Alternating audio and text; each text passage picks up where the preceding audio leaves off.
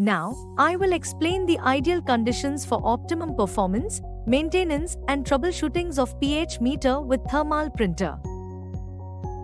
1. During measurement, both the ATC probe and pH electrode should be dipped in the sample. Allow enough time for stabilization before taking readings. 2. Temperature is a major factor in pH measurement, so ensure that temperature does not fluctuate during measurement. 3. To cover the entire pH range, it is advised to perform 3-point and 5-point calibration. 4. It is mandatory to calibrate the pH meter before use. 5. The pH electrode should be dipped in saturated K-Seal solution or 4 pH buffer for 30 minutes prior to use.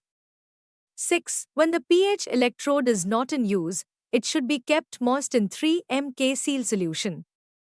7. Rinse the pH electrode in double distilled water before submerging it in any solution.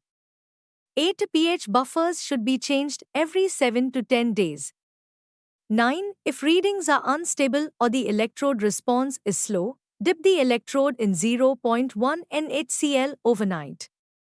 10. If the problem is still not resolved, before discarding the electrode, A. Dip the electrode in 2% HF solution for only 5 seconds. B. Dip it in distilled water for 30 minutes and recheck the electrode.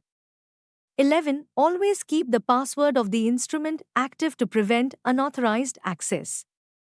12. While printing, keep the rough side of the printer rolled down in the paper tray. 13. Maintain the slope of the pH electrode between 90% to 100% for better results.